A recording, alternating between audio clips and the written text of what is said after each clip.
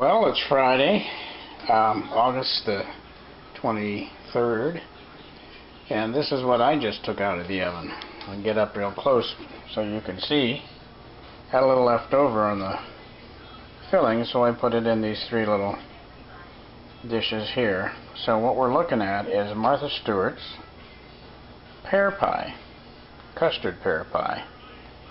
Has no crust per se, but it's such an easy pie to make, and I've tried all the other kinds with and without crust. I really like this one the best, and I've talked about it before on YouTube. So what I did was I cut up a bunch of, this time, Asian pears. I have a pear tree and an Asian pear, but my pear tree is on vacation this year, and the Asian pear bore over 110, 120 pears. So Asian pears, in case you're not familiar, look kind of like an apple, taste like a pear, bite and chew like an apple. They're crisp, they're not really juicy, but they are firm. They're pretty yellow lemon color when they're ripe, at least the ones I have are. And this recipe is really a simple one. You just peel and core. And I put them in a little bit of citric acid or lemon juice to keep them from browning once I get them all peeled. And I had about 12 or 13, maybe 14 of these, the size of a small apple. And when I got them all peeled and cored and sliced up, I sliced these probably about a ½ inch to a ¼ inch thick, because they're a little firmer than a standard pear, and I figured it'd take a little bit more cook time to soften them up. But Martha Stewart's custard pear pie recipe calls for, she uses Comice pears, that's C-O-M-I-C-E, or Bartlett, but you can use any pear, and I'm sure even Asian pears, which this is a kind of a test. Instead of taking 45 minutes to bake, this one took about an hour and 15 to 20 minutes, but you kind of have to go with your own oven. It's 350 degrees. But basically, once you get them all cored, pared, and sliced, you set them aside. Then you take 1/4 cup of melted, unsalted butter. Now, I didn't melt my butter, and I didn't use unsalted butter. I've done these before. I use salted regular butter, but I leave the salt out of the recipe. It calls for 1/4 teaspoon of salt. I don't put any salt in the recipe. So then you use 1/4 cup of butter. I use very soft butter. Then 1/3 cup of sugar, 1/3 cup of all-purpose flour, 2 teaspoons of vanilla extract. I use the real stuff. 3 large eggs, 3/4 cup of milk, okay?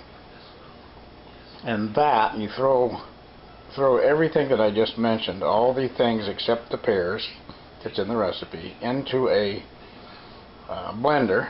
And I have one of these Blendtec blenders, and I blend it at high speed, so it just incorporates everything into just a nice frothy liquid. Then you pour it, put the pears in the pan. I don't arrange mine in any special way. I just throw them in there. You could fan them out. You could make them all kinds of different patterns, I suppose, and they'd be real pretty, but this is a little bit easier to do. Just throw them in there and then pour the liquid in the recipe that I just mentioned over the pears, and the oven's preheated to 350. Throw them in there and then cook it. And standard, I say, regular pears are softer, so 45 minutes would be good for them. But Asian pears, like I've just used, about an hour and 20 minutes to soften them up. Make sure they're cooked. So now you see the aftermath.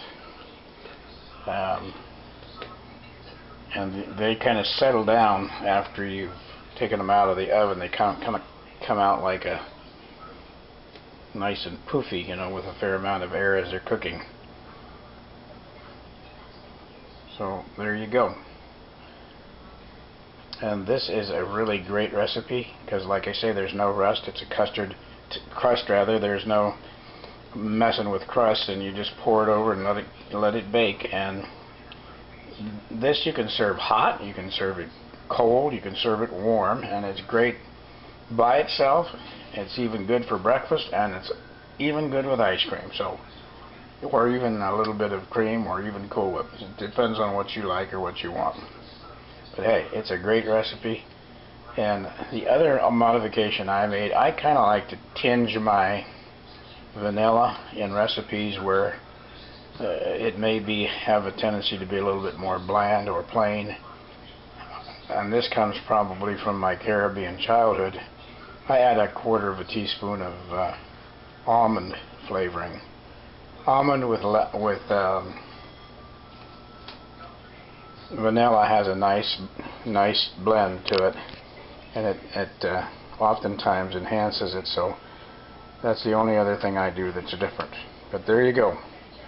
And this is G. Wooster. That's GWOOSTER signing off. Hope you enjoy.